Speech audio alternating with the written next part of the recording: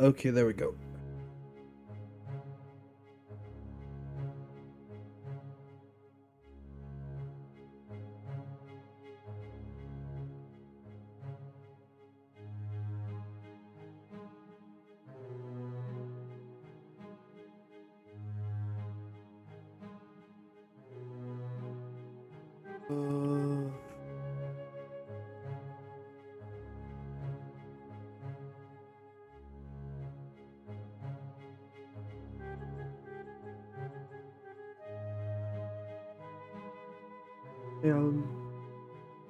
Oh, wait, I forgot to do a thing.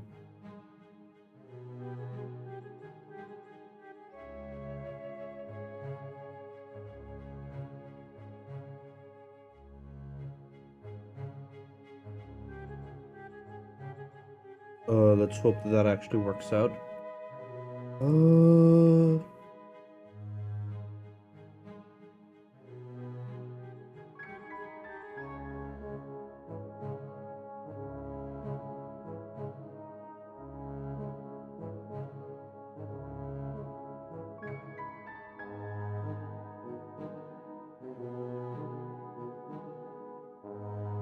Okay, finally.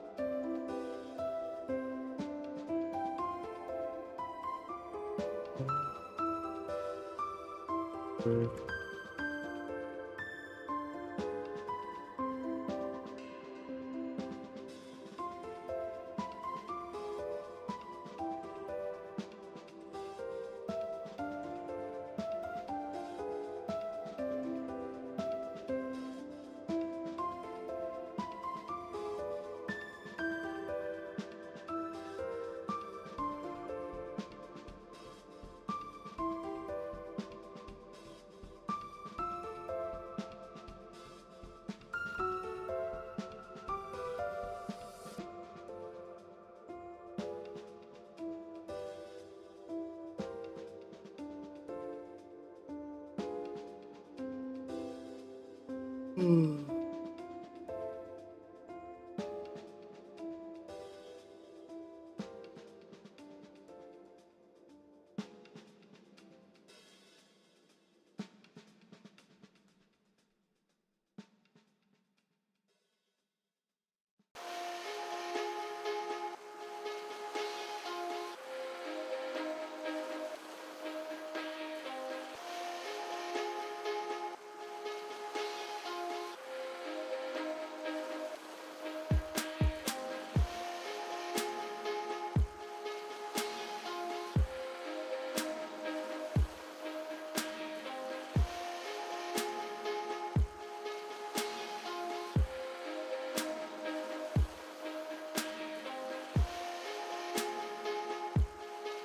I forgot. I need to set this to the right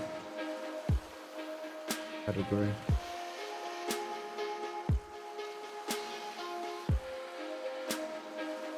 Uh,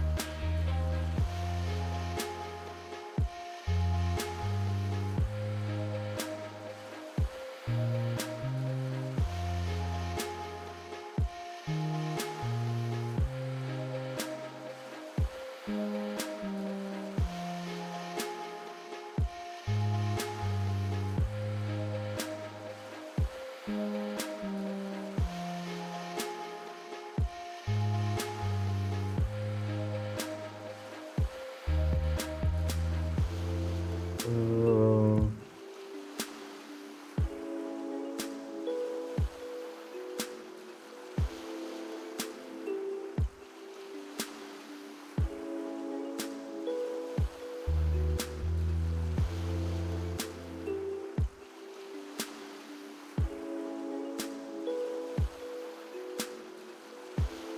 good.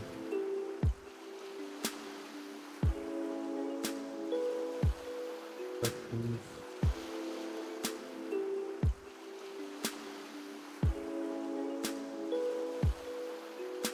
Um,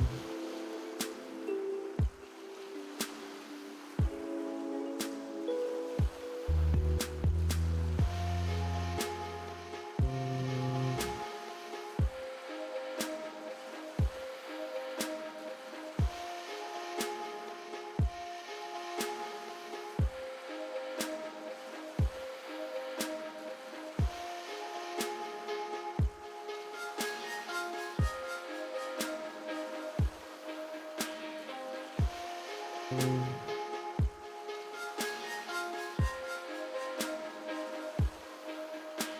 what about this?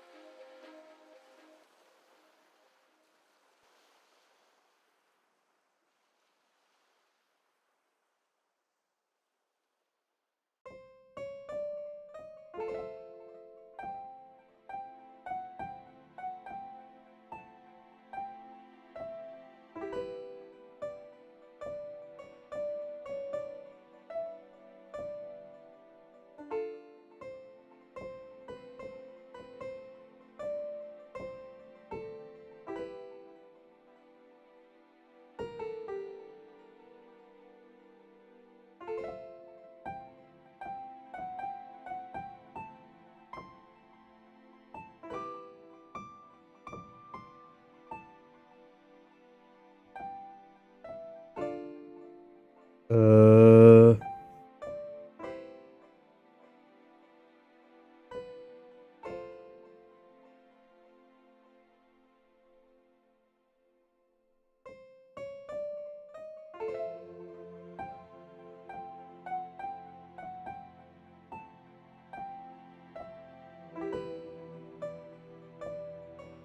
That's the spy one, isn't it?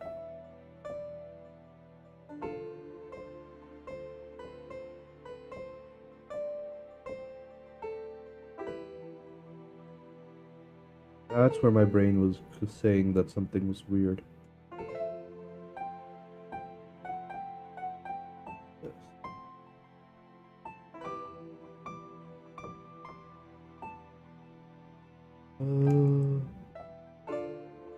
Okay, I'm gonna be back in just a second. Ow.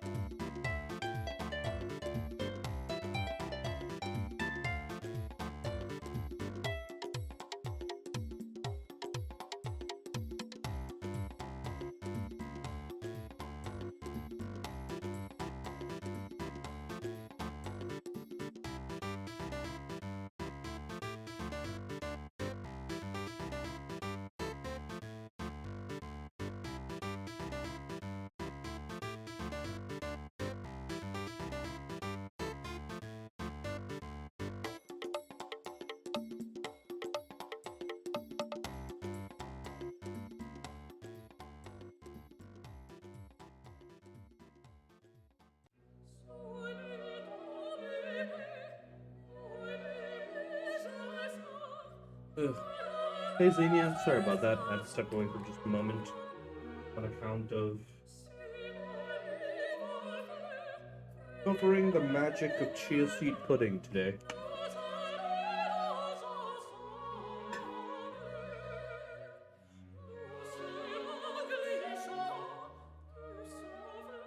How have things been?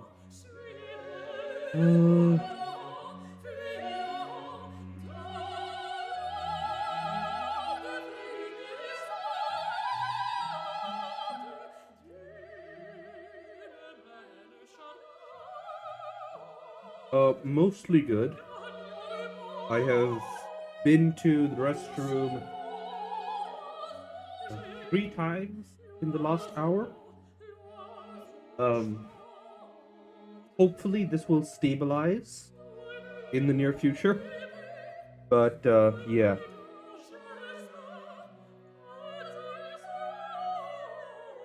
I very quickly went from...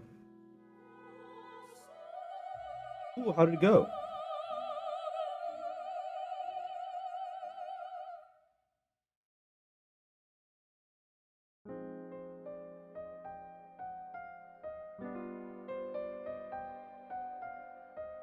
That's always going to be the case.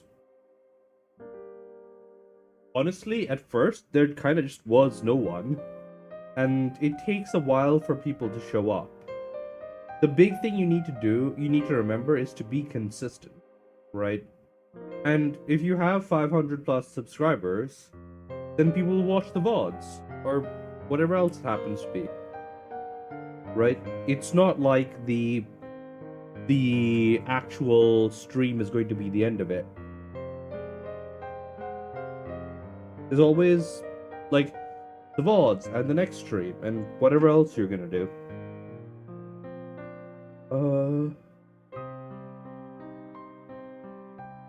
Okay. So keep at it. Yeah, keep at it. For me, one of the big things you have to realize, it'll take people time to know when the streams are. Right? Like for me, you know when the stream is, right? You know that, hey, at around this time, MCQ will start streaming.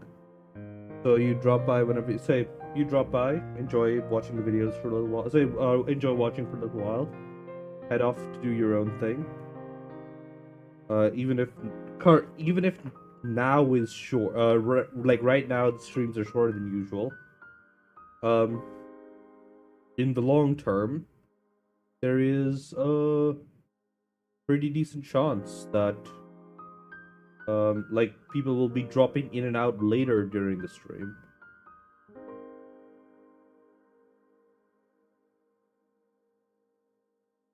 Yeah, but you also said that yesterday was your, let's say that you did so earlier and that was like one of the first time streaming, right? I think for like the first month or more, I had like basically no viewers, right? It took me like a month for the first person to drop by the stream.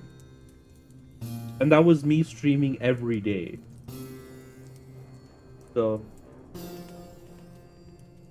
yeah, it takes time. Like, all these sorts of things take time. And, like, admittedly, I'm not the kind of person who has, I'm not the kind of person who's, like, heavily investing in this, right? If I really, really wanted to, I am fairly certain I could ask friends or family or whatever else to drop by for a while, like artificially push those numbers up. But that's not really what these streams are about, right? And as you keep developing things, like for example, Alan dropped by because of this content.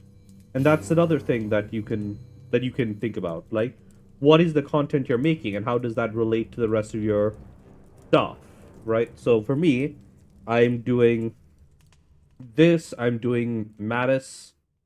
So there are other ways for people to find me. Even in the beginning, like back when I was just doing art and stuff, I was in a pretty big tag, right? I was in the big Twitch category for art and for programming, all that stuff. So, yeah.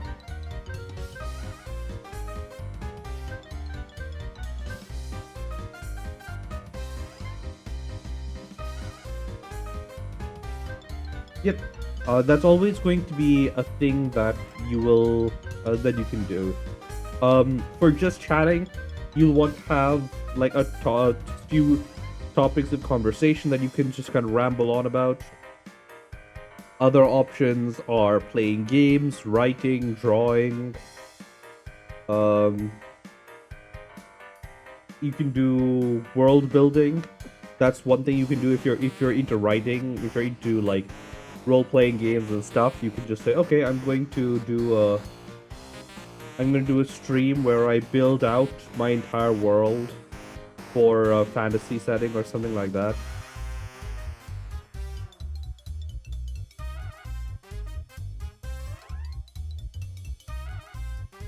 Yeah, go for it, man. Get Kato with the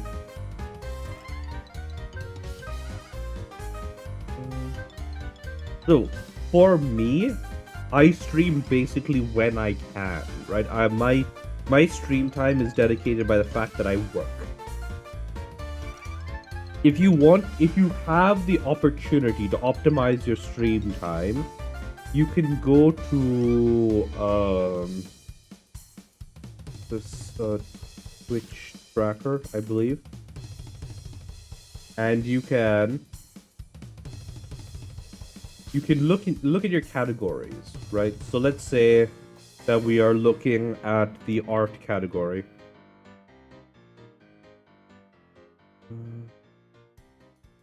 Art. So this would be your, I know it's going to be the same on YouTube or on Twitch. Honestly, for growth, you might want to choose Twitch over YouTube. If you're comfortable with YouTube, go for it. It might just take a little while longer for people to find you. But in blah, blah, blah. Where's the hourly thing?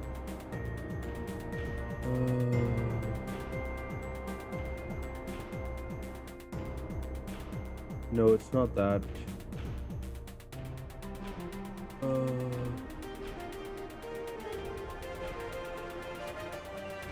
It's a thing, right?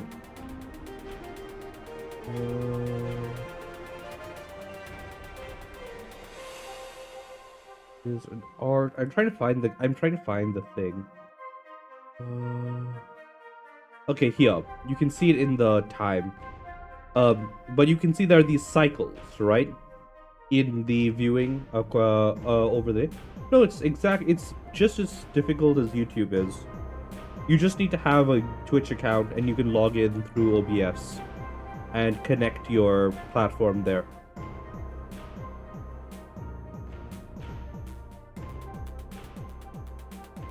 Technically, my OBS is currently like set up to directly go to Twitch, and I have YouTube as an add-on. But yeah, if you look at this pattern here, right? If you like, go find Twitch tracker, find whatever game you're interested in playing, whatever it is, whatever topic you're interested in doing, and see if you can find a time. So you can see here, this is saying, art. The numbers start to pick up somewhere in the neighborhood of 4 to 6. You see this rise. Hold on.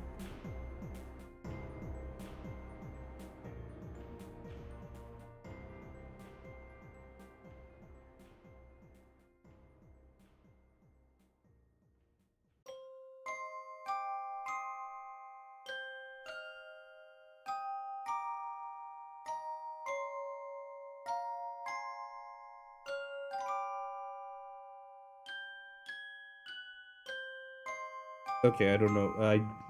Some people, but yeah. What you do is you pick a time. For me, it is to stream.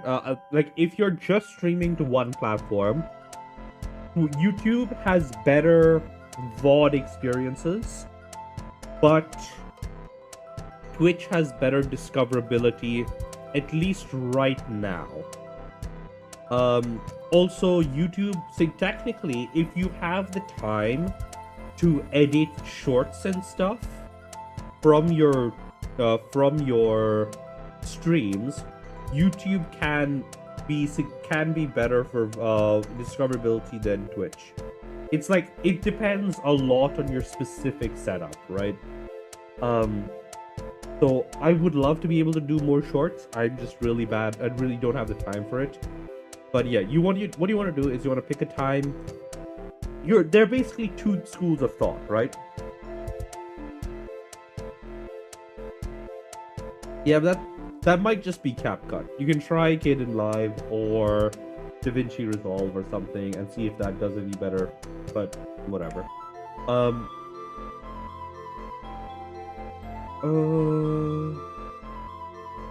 But yeah, there are two schools of thought. There is, hey, I want to get on at this point. Then keep using it. Whatever works for you.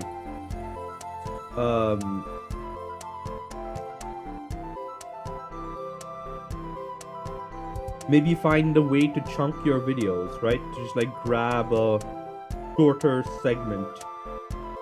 But yeah, one moment.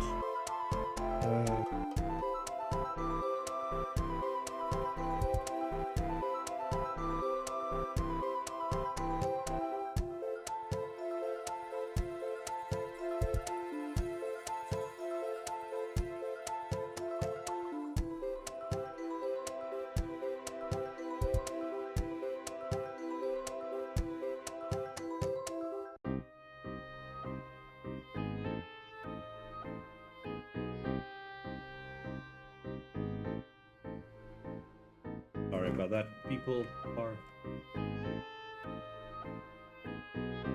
Yep. Twitch is always going. Say, it just new stuff is going to be tricky. Always is.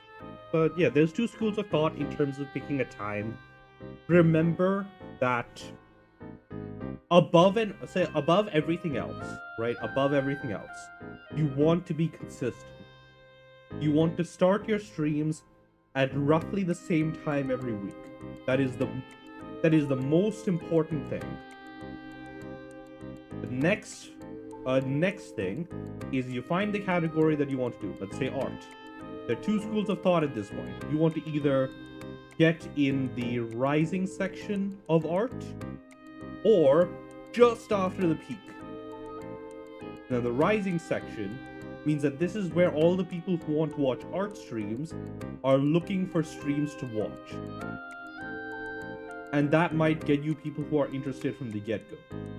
If you're coming in over here, the idea is that there are content creators already here who are starting streams.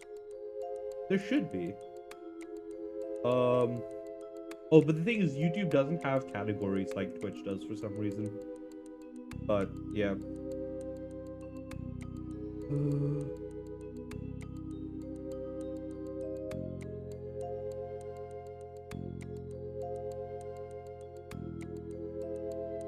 But, yeah.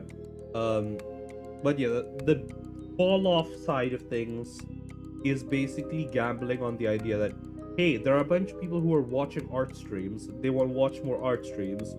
So when the creators leave, they go find your stream.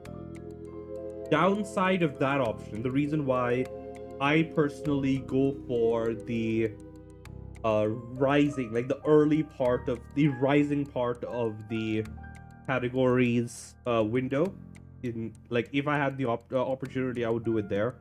And technically, I kind of do have the opportunity. I can choose from before my workday starts to after my workday ends. But I would go to I would choose the rising one because Twitch and increasingly YouTube has this thing called rating, which is, hey, my stream ended. I'm going to point all of my audience at this other streamer who I like. And it's a big part of Twitch culture to raid people. And if I had more audience on Twitch, I probably would be raiding people more often. But that helps with a certain level of discoverability, because you raid people, they'll raid you back, you kind of introduce people to new streamers, all that stuff, and you find interesting stuff.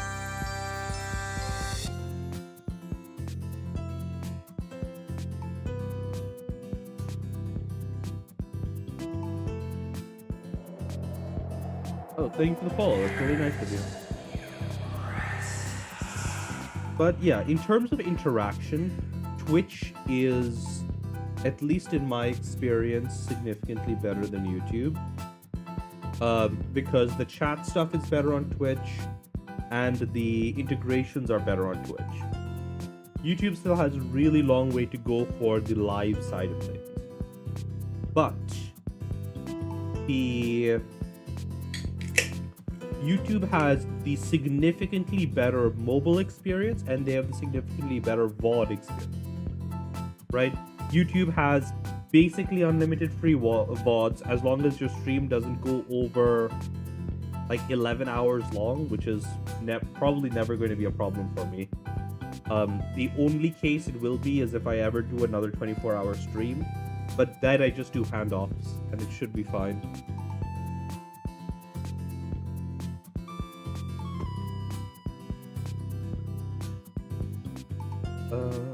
Also, I record my stream, so I can just upload the VOD from my own system and it should be fine. Especially since, yeah, no worries. Oh, thank you. But yeah, that's kind of where my opinion on, what do you call it, streaming is. Also, Twitch is technically better for monetization, at least in my experience. Because if you can get an average of 2 people watching your entire stream from beginning to end, you are technically within the top, I think it's like top 5 to 10% of all streamers on the platform. Like, every time you see a Twitch streamer with like thousands of viewers, you have to remember they're like in the top 0.1%.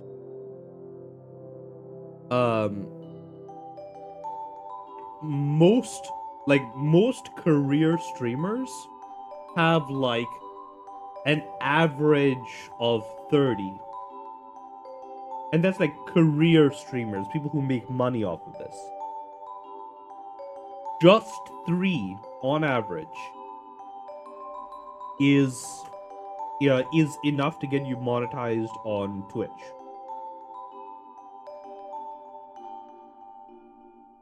Cool. So yeah, like there's all sorts of different things that you can get into.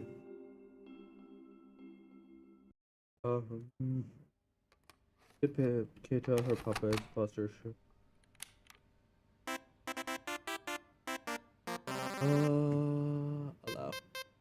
So the reason why Automod does that is, I don't know how new your account is, but the other thing is that the other thing that's there is the Automod is trained to detect people advertising their streams on your stream, because that is a big problem with the way that that's a big problem for some streamers, right? A lot of streamers, like, and to a certain extent I also don't really like it when people advertise their own streams on your or in your chat.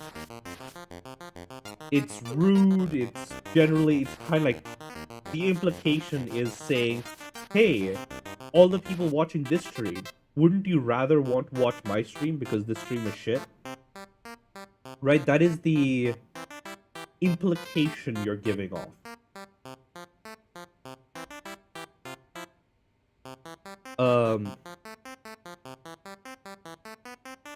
So, like, because Automod is an AI moderation tool, it is obviously not going to be perfect at doing that. 1 second.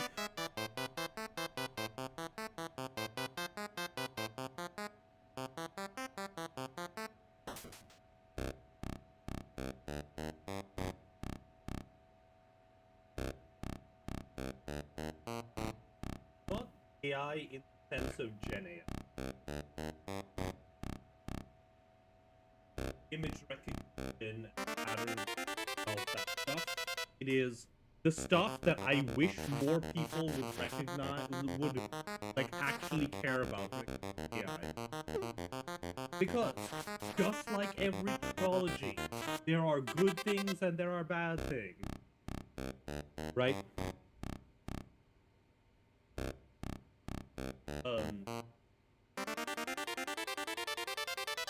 Right?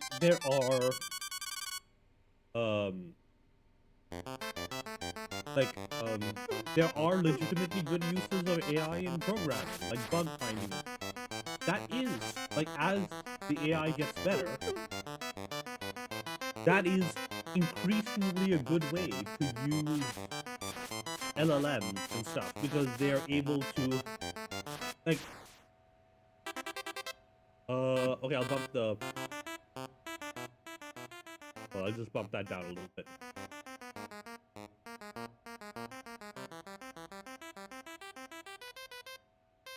But yeah. Oh no, sorry about that. That was not the music being too loud. That was I bumped the volume knob. Um yeah. So, what's it called? Yeah, so there are good things and bad things about AI. There's always going to be a certain trade-off you make where some things are better than other things and you just kind of think about that, right? But like, well, when I say, hey, well, what is a good place to use AI in programming, I say bug detection. It is legitimately getting better and there's a lot of progress in that space. And the thing about AI in bug detection is not that it's better than a human, it is that AI doesn't get bored. If you gave an AI and a human the same like set of programs to search for bugs in, and you gave the human the time and resources it needs to just say that they need to just focus on that program. As it stands right now, even with the whole hubbub about Claude and all that nonsense, the human would still find more bugs. The thing is, in order to have a human to do that, you would need to spend a lot of money. And AI don't get bored. So you can just throw an AI at the problem and it will find most of the bugs. Oh yeah. Oh, but then outside of LLMs, there's the whole field of like image recognition, all that stuff, which is its own stuff. Yeah. Yeah.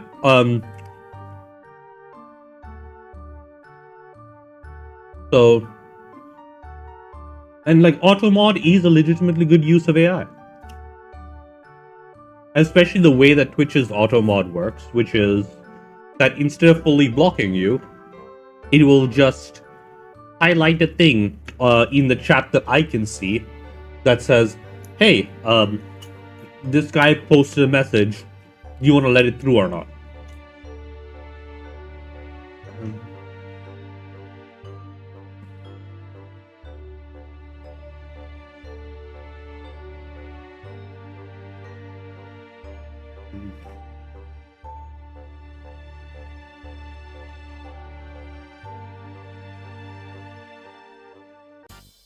If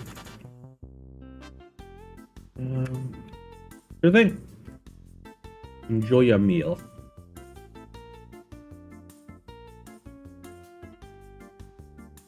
Bye.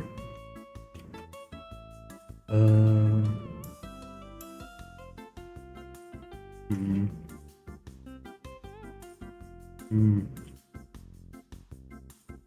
mm, um, um,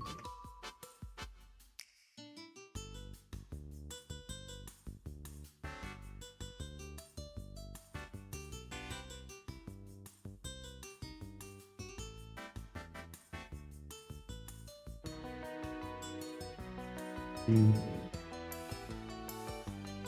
mm, mm,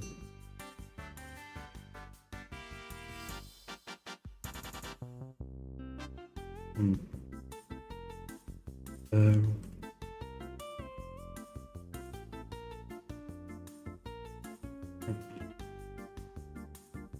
mm, mm,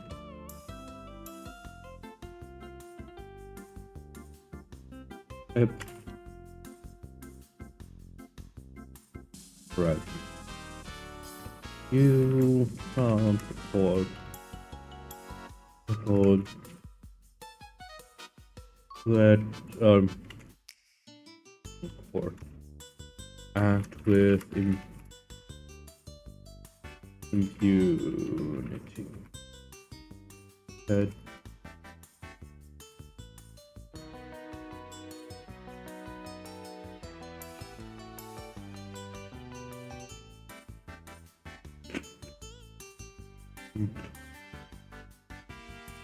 mm, mm, mm,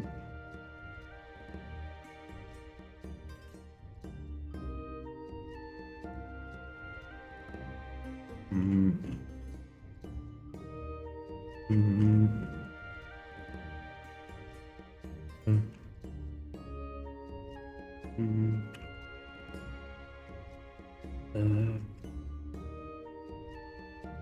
mm,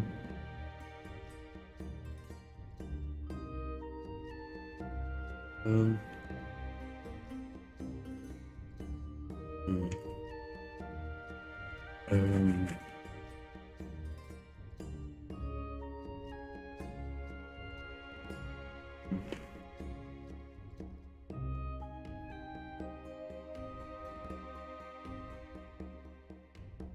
apart from mm,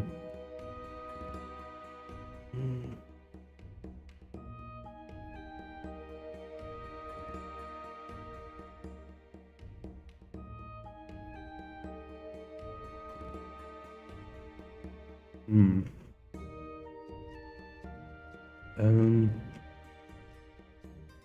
mm,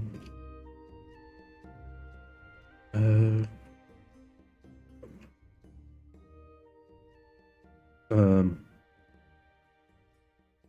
um, mm,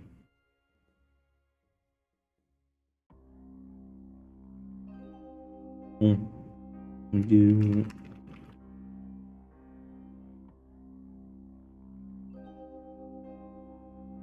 while the initial small group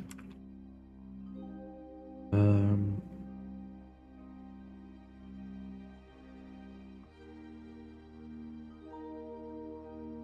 um,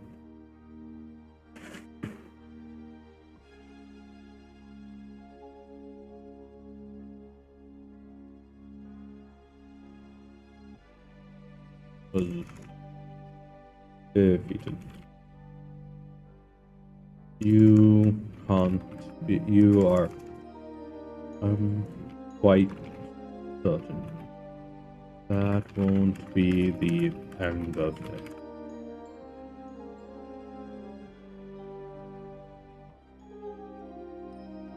So you get quickly put together past refund. Taking the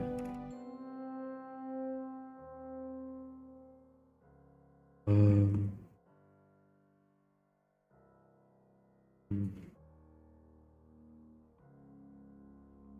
mm,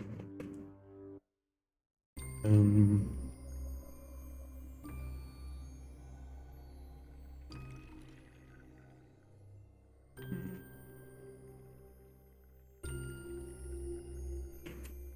is that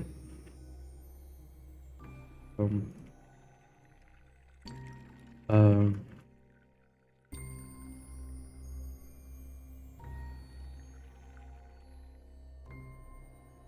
mm,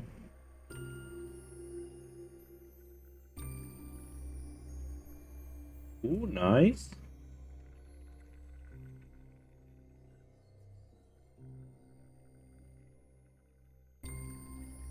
Indeed you are.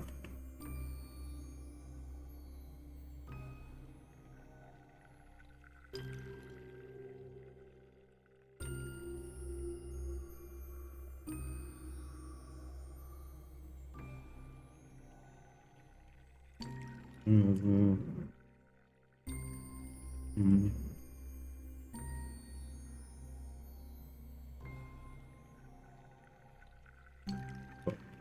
Me too. bringing Kate up with you for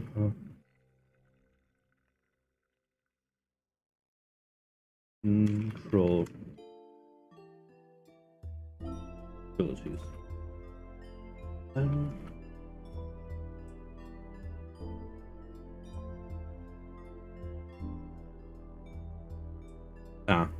No worries, man. Fully understand.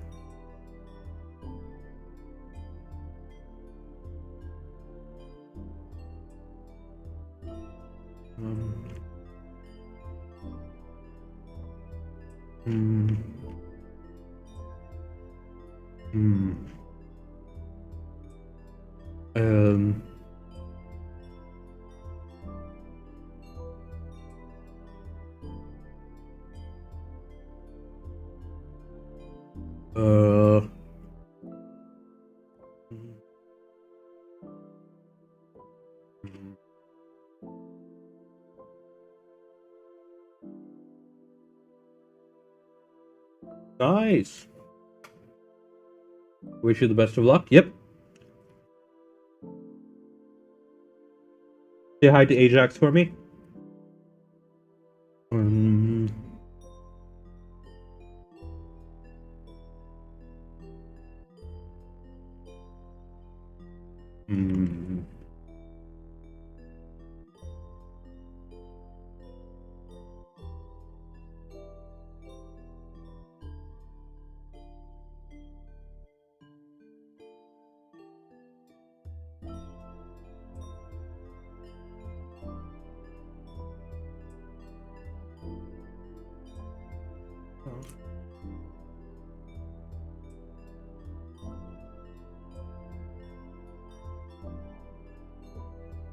What are you looking for?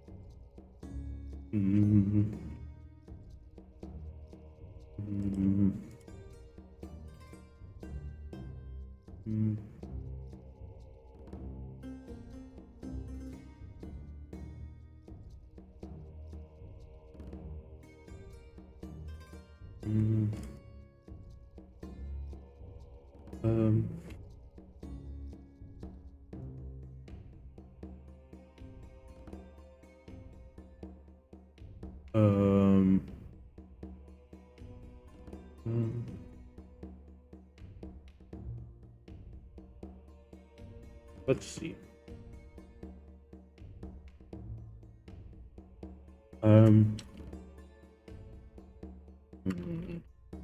Character. Then.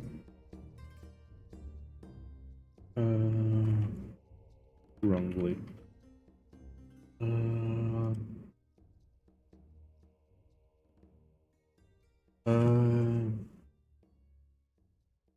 Human.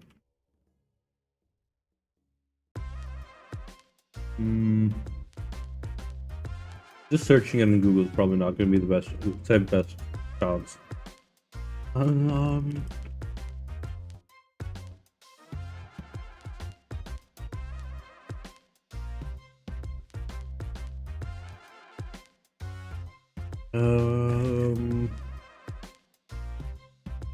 if it was a woman, you could go with that, but.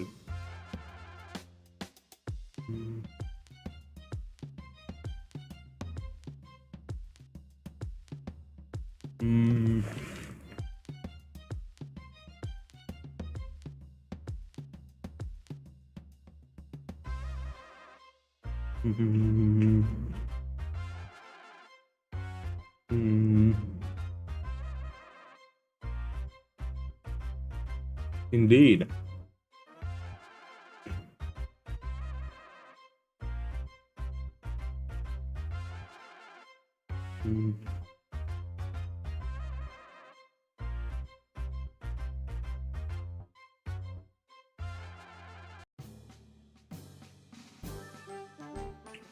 You could go with this dude.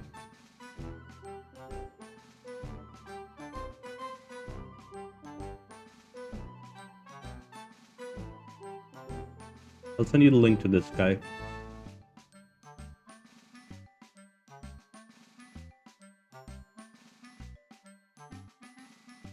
Oh.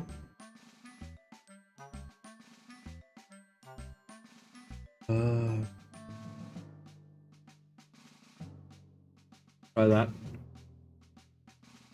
There we go.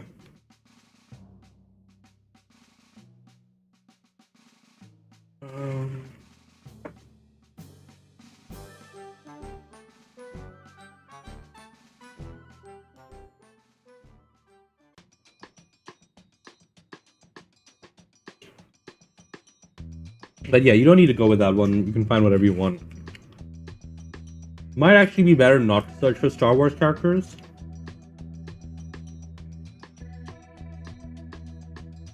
And just look for like a emaciated drifter.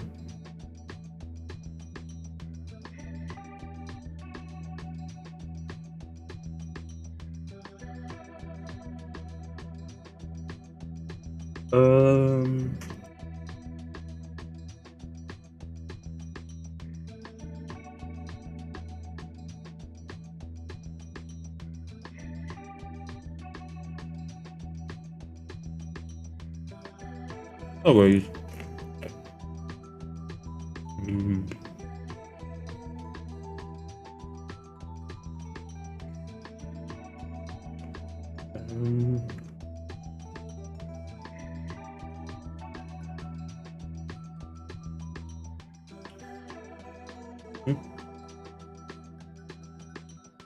What the hell?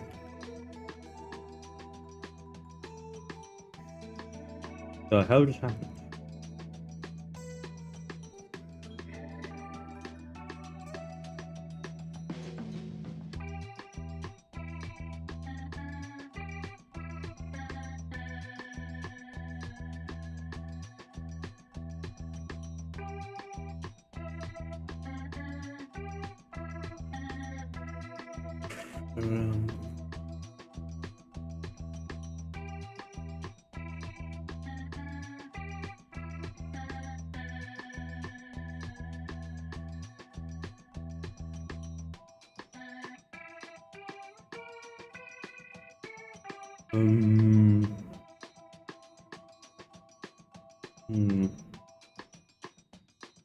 Yep.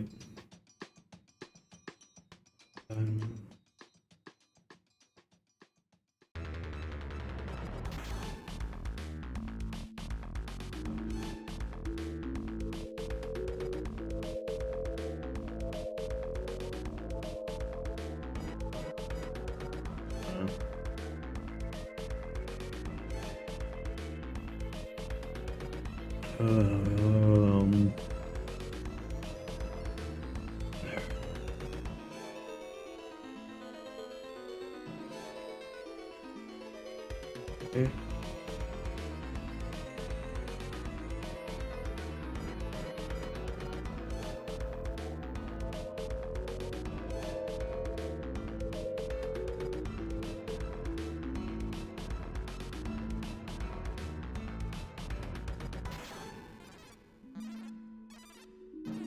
Right.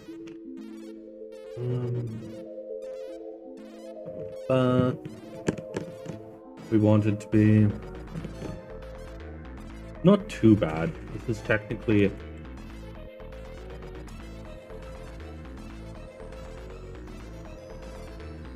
thing like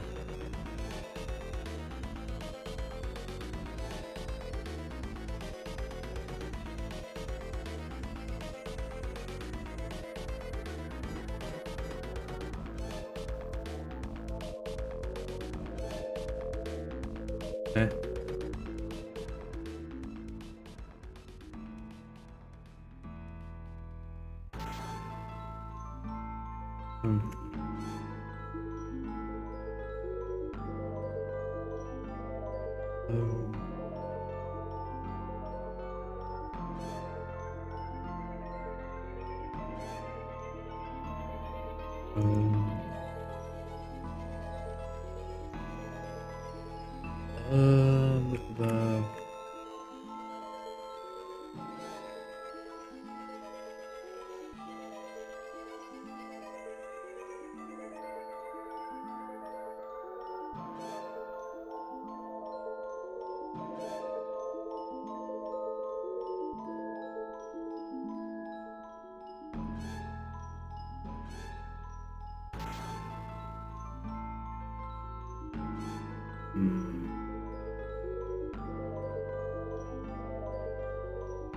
yeah.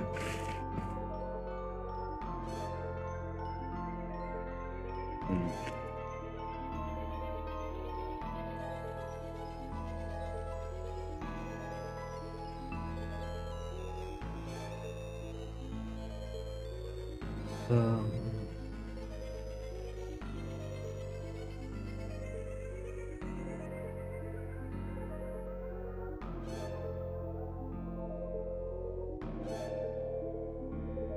um,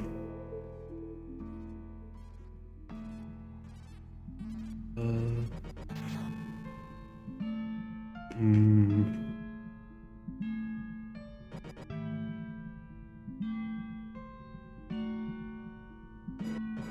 mm, mm, um,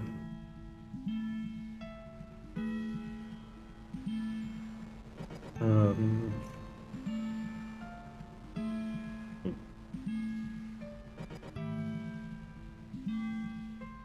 mm, mm, mm,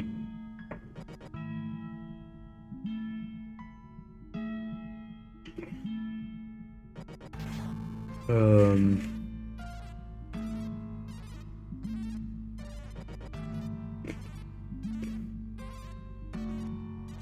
mm,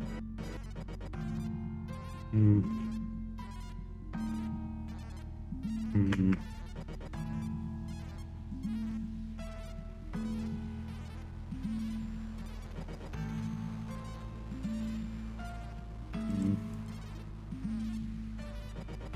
um,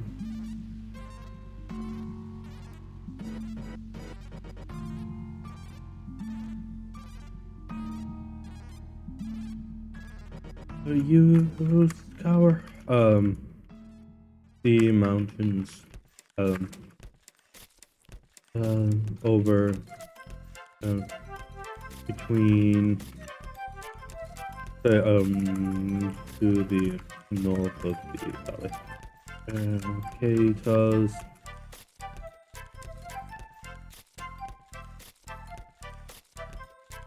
You'll see. Um, but yeah, it's not actually going to be a storm control team. It is.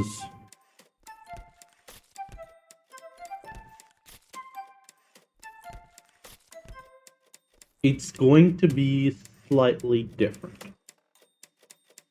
Hmm.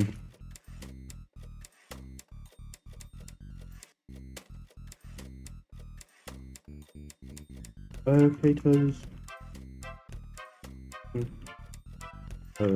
Crow. Oops. Down for any sign of.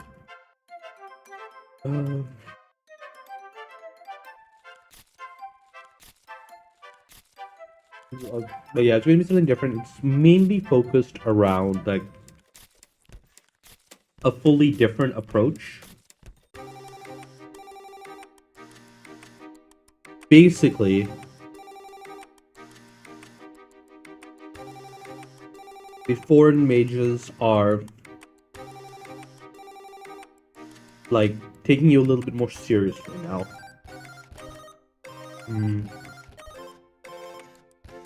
Or rather, they're taking your large-scale capabilities a bit more seriously now. Try. Um, um, uh,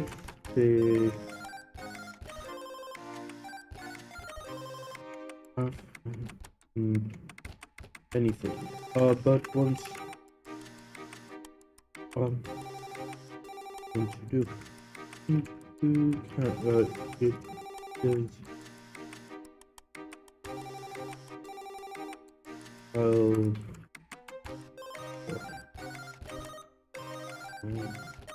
follow. So the storm is basically fairly standard operations for like a seafaring war, right? It is their kind of go-to. You've seen it with the ships that they used. You've seen it several times before.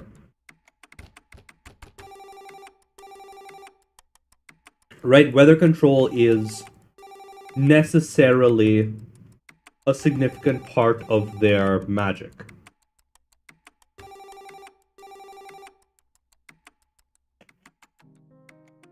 The beasts are more serious than that, but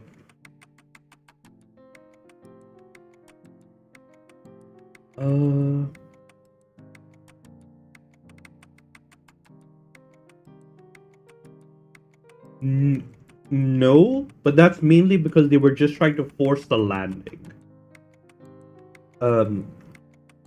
Now that they're on the continent, so now that they're on the islands, things are gonna shift.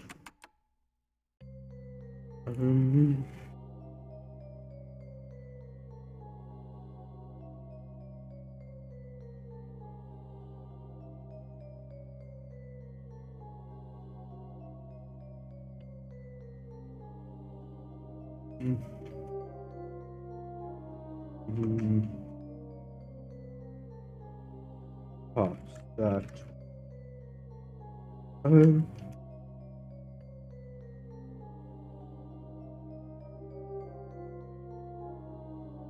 We come across a significant column of orchid port soldiers carrying with them full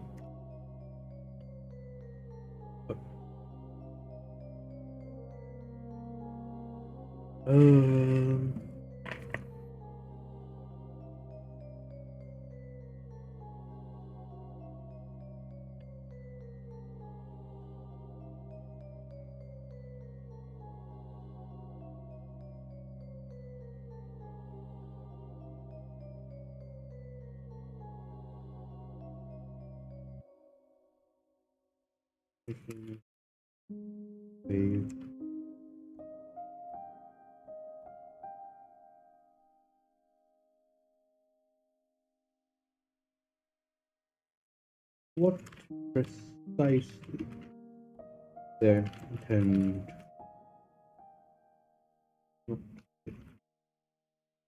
But one thing is,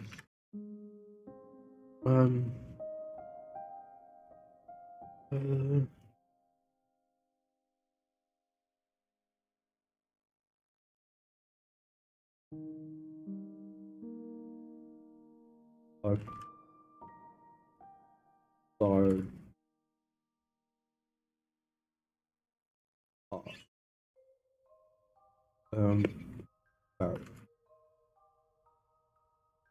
Build each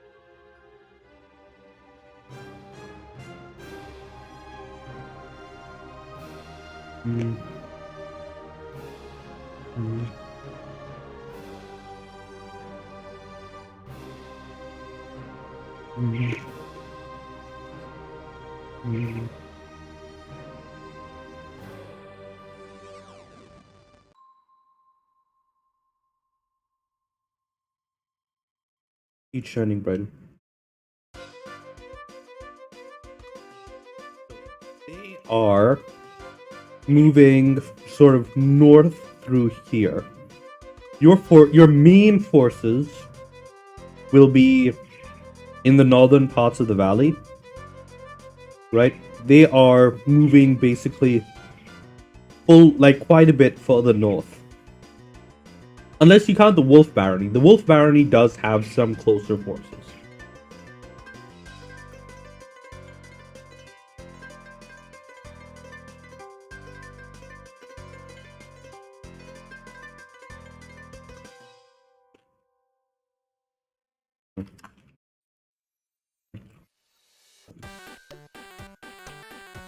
Five, four, time with all.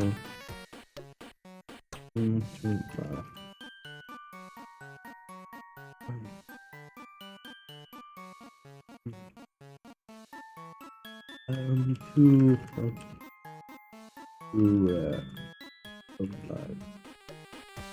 Elemental earth, elemental water. And extrapolating. You can um,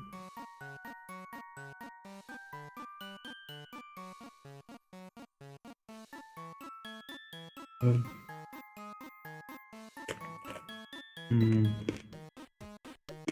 mm, mm, mm, okay.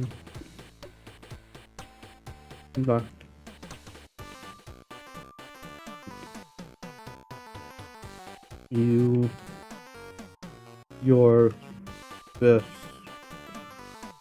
is both fire and wind.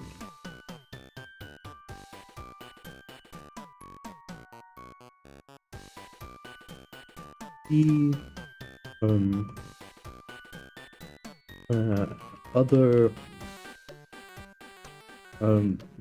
barrel, notably small, and contain far more complex mixes of the elemental powers within them. Ooh. How's your meal?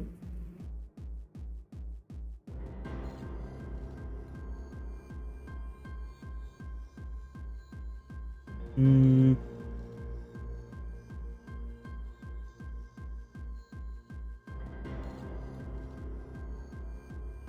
um,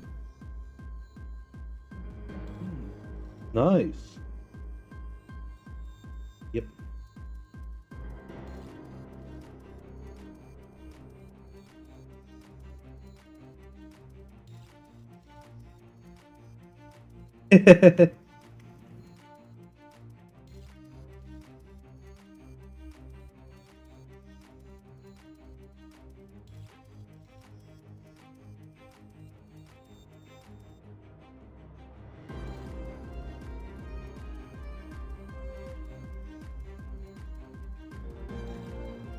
Other barrels are notably smaller. Oh.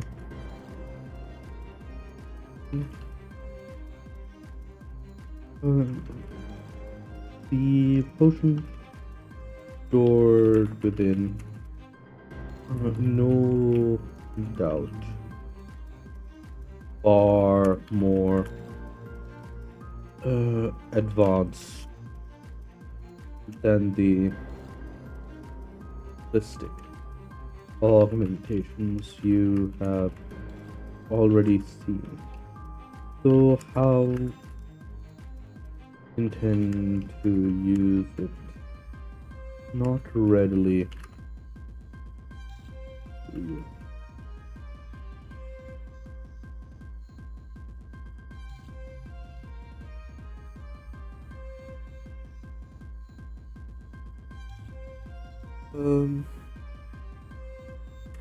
The Blood Pact. Okay, Mill Country has officially taken a side in this conflict. Um, um, Sending aid to sending aid to Horse Country via the northern sea routes. While they have not yet committed any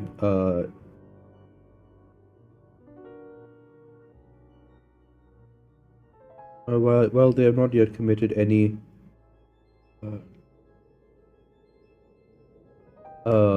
forces, so any military might. You have received notice along the KCC network that representative will say is currently en route. Yes. The golden this is a kind of a difference between the internal names and the external names of the country. So the Golden King calls himself the Golden King. And the internal, like the endonym for Mill Country is the Shining Lands or something along those lines. Nobody outside of some courtiers in Mill Country uses it. Absolutely no one. Because it's supposed to be like this poetic description of how there is golden fields of grain all over the place, and yeah, nobody actually gives a shit. Everybody outside the place calls it Mill Country. Most of the people in it call it Mill Country. It's just like this internal movement to try and present themselves as a land of riches. So that's why he calls himself the Golden King. That's why, like, I believe in some instances I've referred to it as the Golden Kingdom, stuff like that. It's more of like a nation scale publicity campaign, a rebranding, if you will. But it does exist in this world.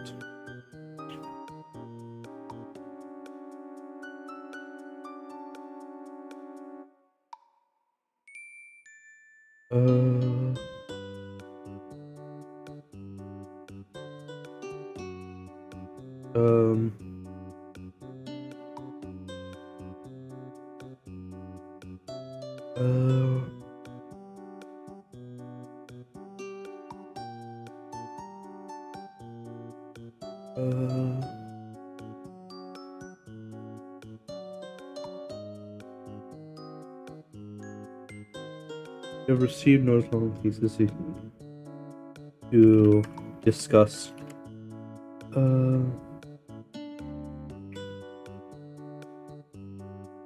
So it's going to be, what do you call it? It's going to happen as an, I mean, it's not really an event, right?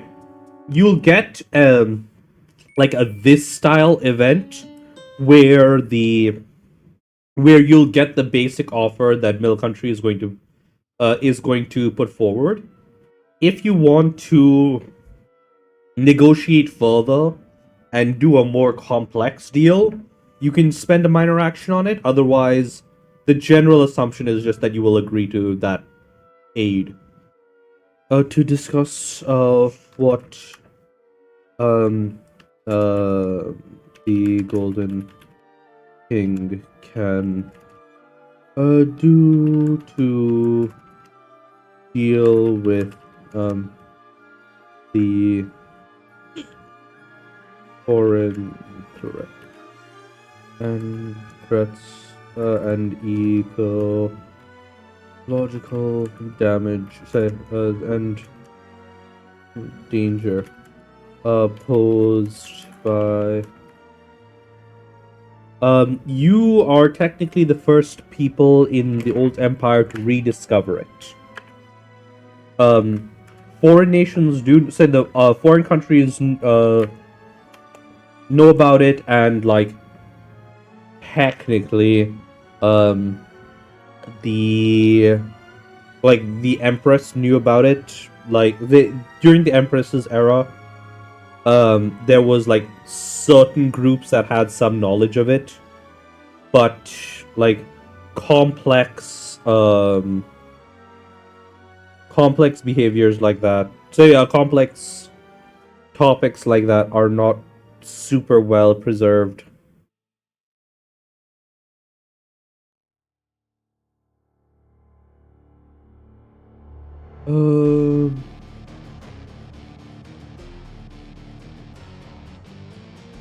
Wait, is that right? I mean, I know it's definitely you are the first person in the old empire to figure it out, right? Or maybe not you, but the other guy in your clan. Uh, uh,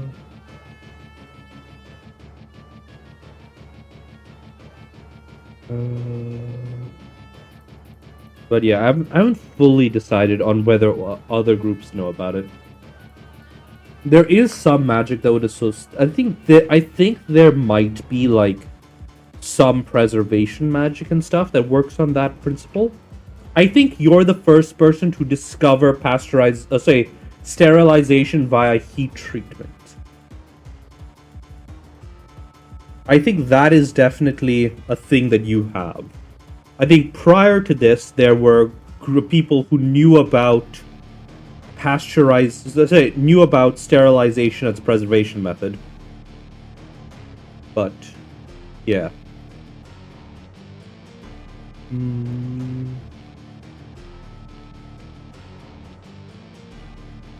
Uh, uh,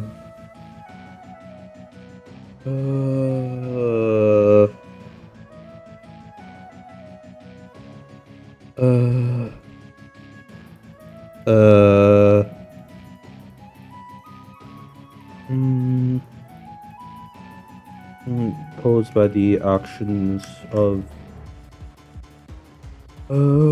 the Orchid Court. There. It appears that the Forest Kingdom invasion of the Chesapeake has mostly stalled out with the nice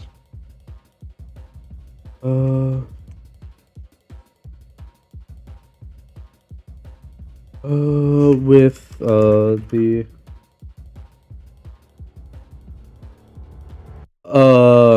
you mean the fact that they're said that the storm cell that they created disturbed the disturbed creatures within the capital wastes? Yes, I don't believe you shared that information yet.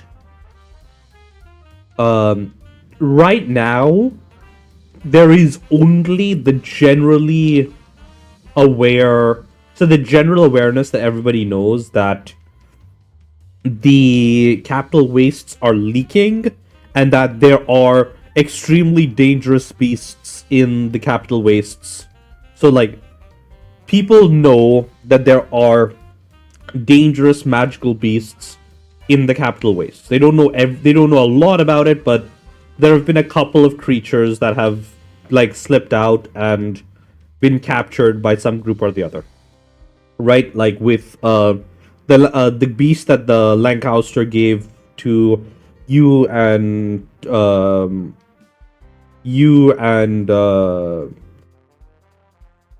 do you call it? Yeah.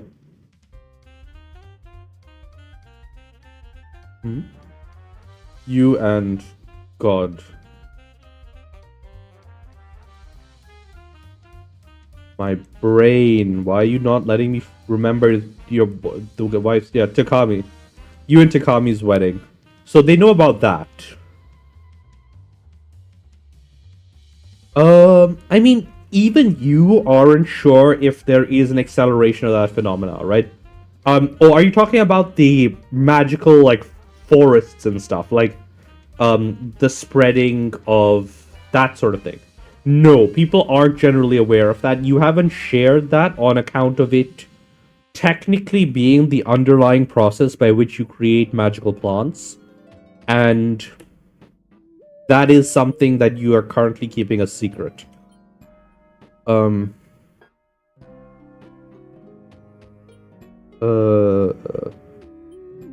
Honestly, even the Orchid Court, say even the foreigners don't know about that because their lands have been their lands have been so thoroughly affected by this for so long that it's achieved a level of metastability due to magical influence that throwing around a little bit of magic doesn't affect too much.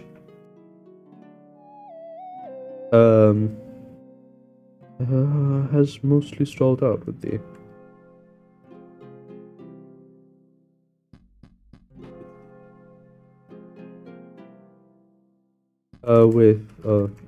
only their forces having established a size each had the island closest to land, but unable. But though they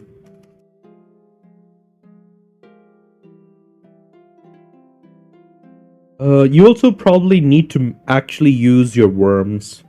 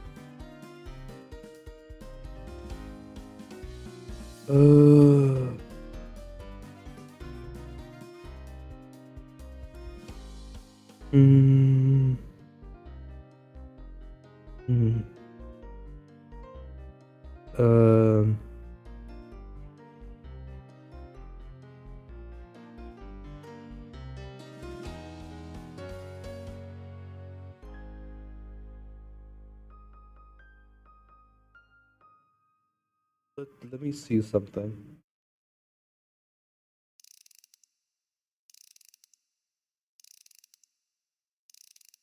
Get to work.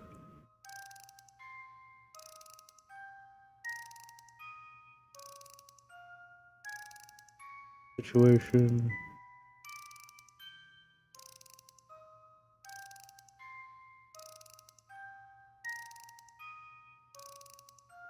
No, what this is basically saying, hey, we have identified 12 areas that you need to deploy a worm to.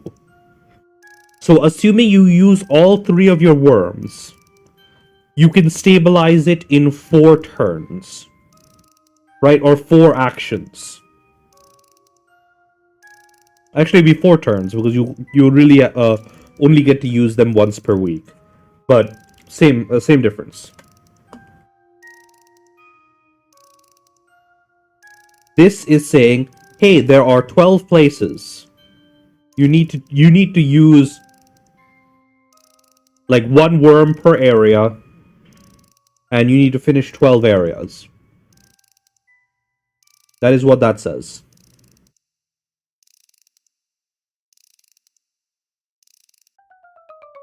Yep, pretty much. You can use a free action for it. Like, unless you want to be involved for some reason, you can set it as a free action. One moment.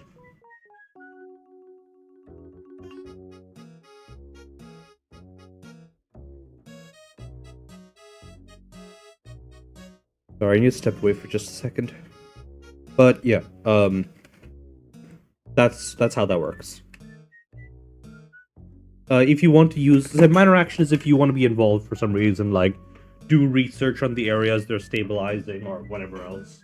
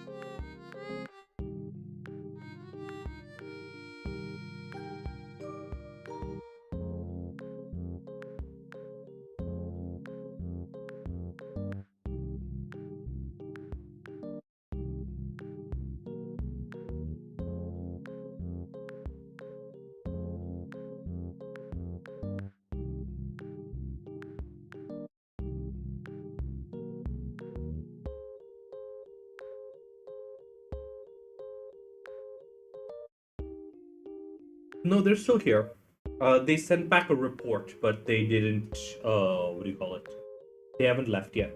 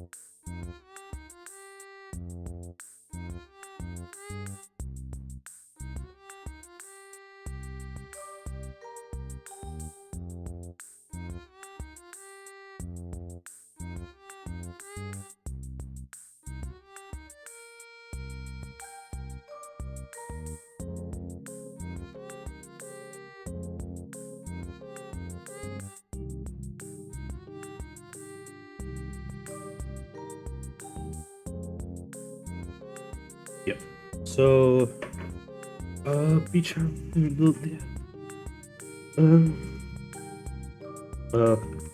But are still being beaten back by the defenders. Apparently. Oh, what?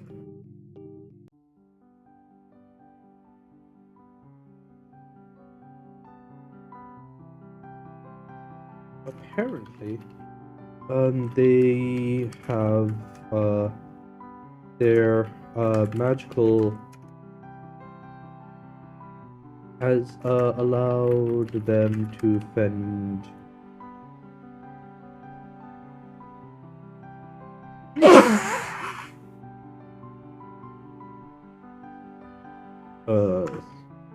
landings by the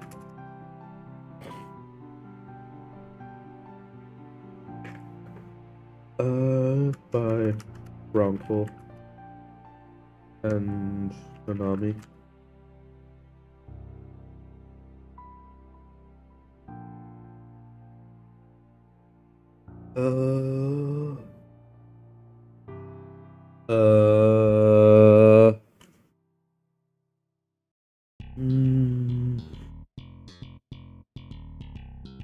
Uh,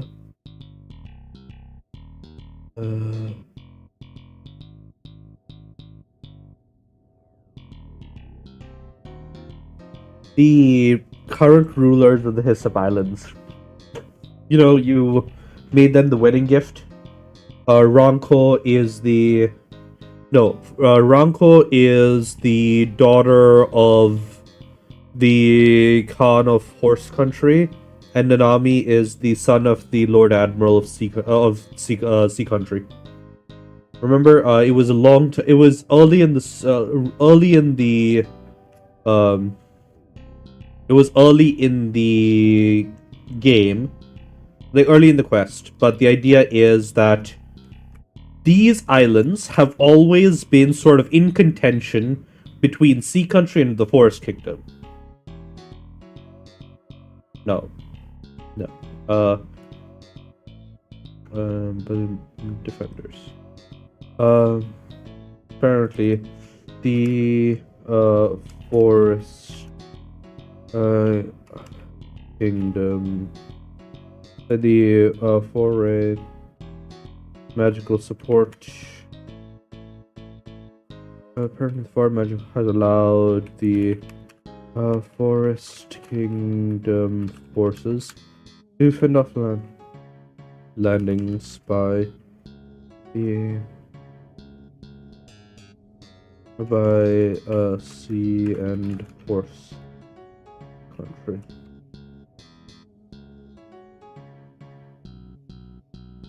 Mainly by making the beaches too dangerous to approach. Which leaves the battle to be largely ground-based, where the Forest Kingdom, due to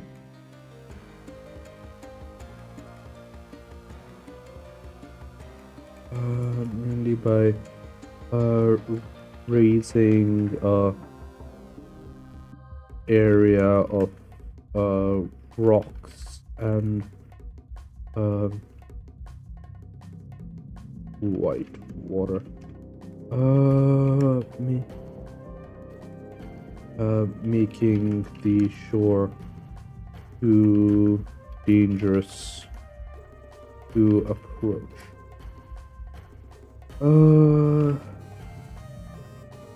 That leaves the battle to mainly be a significant advantage over the mostly naval forces of there.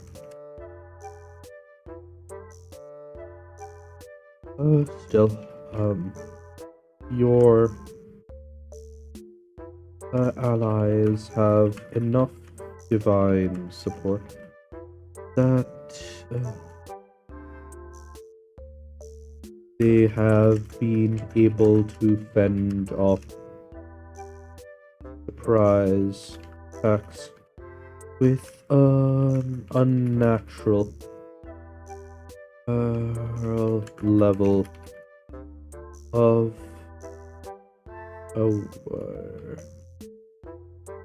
awareness, often turning the attempted strike against the invaders.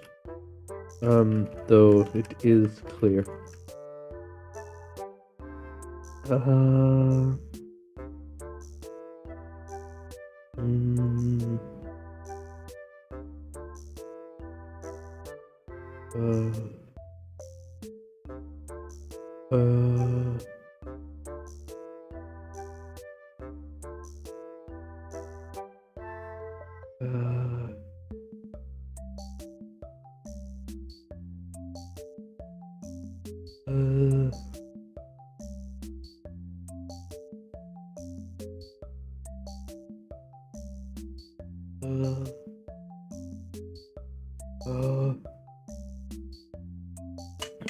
Uh,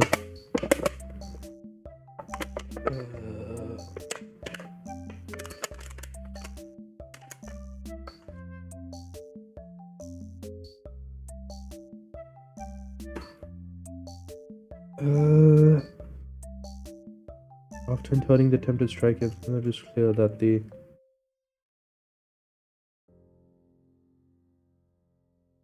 side though uh,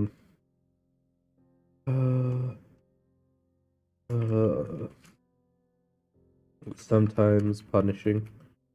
It's sometimes even turning the smaller probes at their defenses.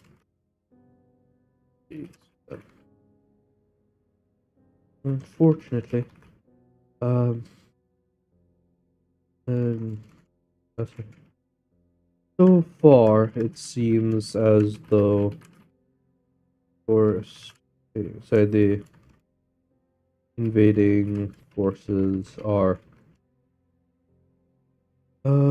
being fairly conservative, mainly making big pushes and trying to avoid losing too many men.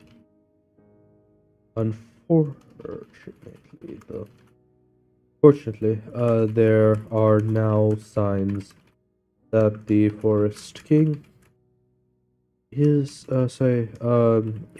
beginning another push from mainland.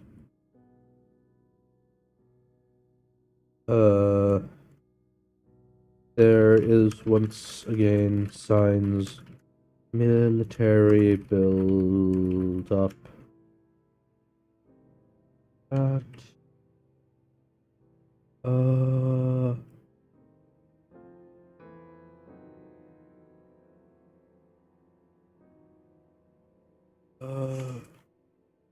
too many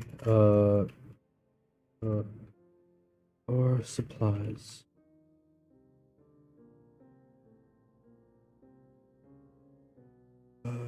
Mainly making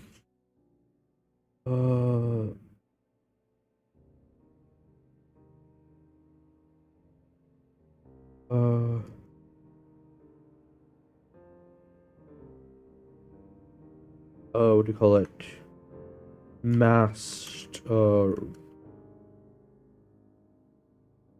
strategic pushes to to expand their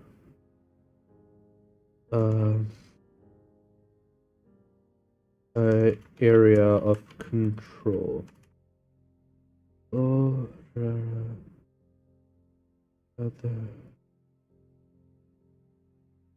there are once again signs of no player ping.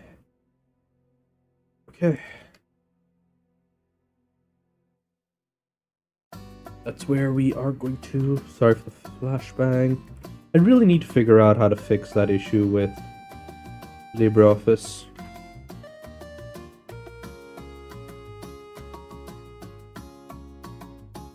Oh.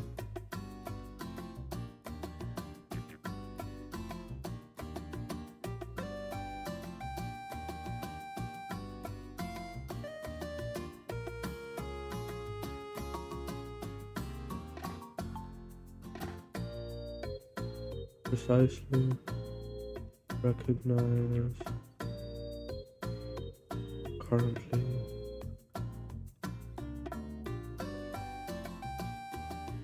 whitewater dangerous rise again.